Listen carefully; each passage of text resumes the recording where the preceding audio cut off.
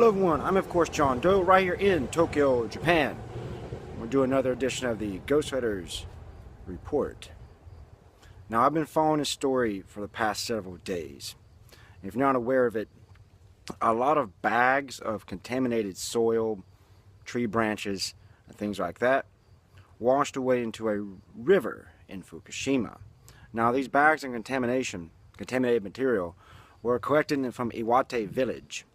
Now, Iwate village is in Fukushima, and the cleanup effort is removing a lot of topsoil due to fallout from the Fukushima nuclear power plant.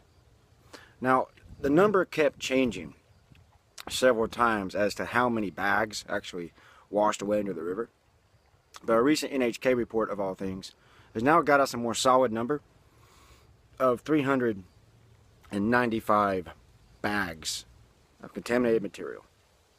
Now, the government's report that they recovered about 314 of these bags, but over half of those, according to the latest report, were torn open and all the contents gone. So they found these empty, ripped open bags.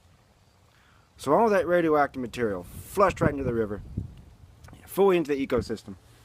It'll get into the sediment of the river. The river will flow throughout different areas of Japan, and more radioactive material is now in the environment.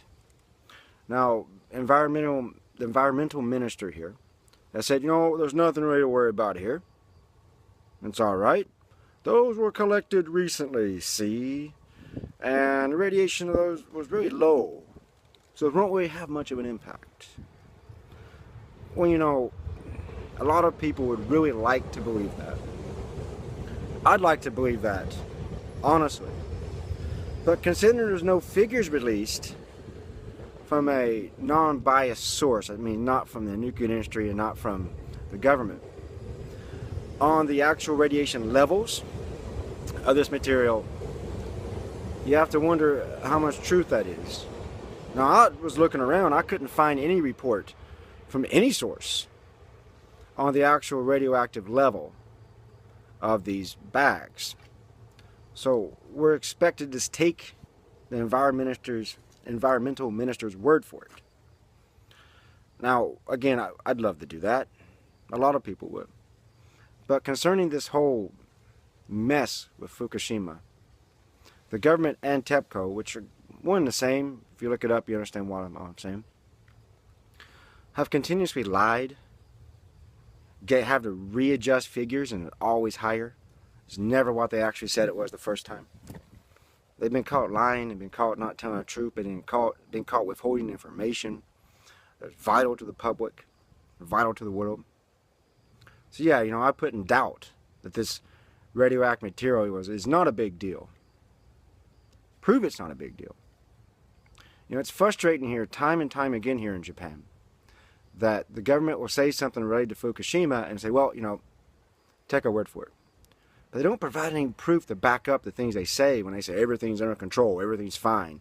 When it comes out later that no, everything's not fine. So I suspect these radioactive contaminants were far more radioactive than he says so. Now I myself, I can't go up to these rivers and take readings. You know, I don't have any background on what the radiation level in those rivers were before this happened. So, you know, it'd be great if someone was doing that, but I don't think anyone really is, that I know of. I'm sure there may be a small activist group out there trying to do something, trying to get some numbers on it. So until that time, until we get any information about this, we have no choice but to doubt this. And just say, well, there's one more incident. One more, pardon my language here, one more fuck up. I mean, you put these bags close to a river, when Japan is known to have flooding, Japan is known to be prone to natural disasters and natural events, and you just put it there and say, well, it'll be fine. We'll eventually find a more permanent place for it. But when? Apparently it wasn't fast enough. And now this happens. But I want to hear what you think of all this in a comment box below. First time you see me, please subscribe. Lots of videos.